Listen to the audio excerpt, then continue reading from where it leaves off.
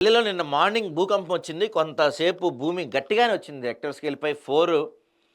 ఢిల్లీ ప్రధానంగా ఈ భూకంపాలు అత్యధికంగా వచ్చే జోన్‌లో ఉంది. అయితే మరోసారి కూడా వచ్చే అవకాశం తొందరలోనే ఉందంట. నిన్న అయిపోయింది అనుకోవద్దు. ఇంకోసారి కూడా వచ్చే అవకాశం ఉందంటున్నారు. రెక్టర్ స్కేల్‌పై 4.0 తీవ్రతతో భూకంపం. కొన్ని సెకన్ల పాటు కంపించిన భూమి. భయాందోళనకు లోనైన జనం ఇళ్ల నుంచి బయటికి పరుగులు. అప్రమత్తంగా ఉండాలంటున్న మోడీ. అదే మరోసారి వచ్చే అవకాశం ఉందని చెప్తున్నారు కదా!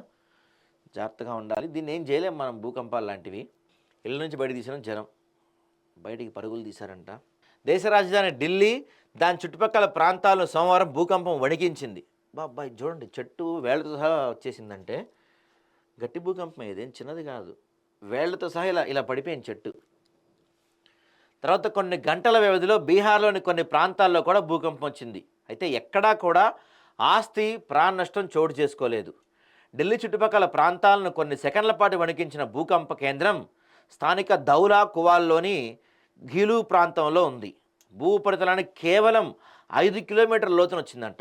ప్రకంపనల తీవ్రతకు ఢిల్లీ, నోయిడా, గ్రేటర్ నోయిడా, ఘజియాబాద్ తదితర ప్రాంతాల్లో ప్రజలు ఉలిక్కిపడ్డారు. అప్పటికింకా చాలామంది నిద్రే లేవలేదు. భూకంపం కుదిపేయటంతో జనం తాము నివసిస్తున్న ఎత్తైన భవనాల నుంచి బయటికి పరుగులు తీశారు. మరిన్ని ప్రకంపనలు వస్తాయన్న భయంతో చాలాసేపు ఇళ్ల బయటే బిక్కుబిక్కుమంటూ గడిపారు. భూమి కంపించిన సమయంలో భారీ శబ్దమోటి వినిపించినట్లు స్థానికులు తెలిపారు. సహజంగా వస్తుంది ఇక్కడ ఇది, అంటే భూకంపం వచ్చినప్పుడు కింద ప్లేట్స్ అవి సర్దుకుంటూ ఉంటాయి కాబట్టి భయంకరమైన శబ్దాలు వస్తాయి. భయపడిపోతాం మనం అవి వింటే.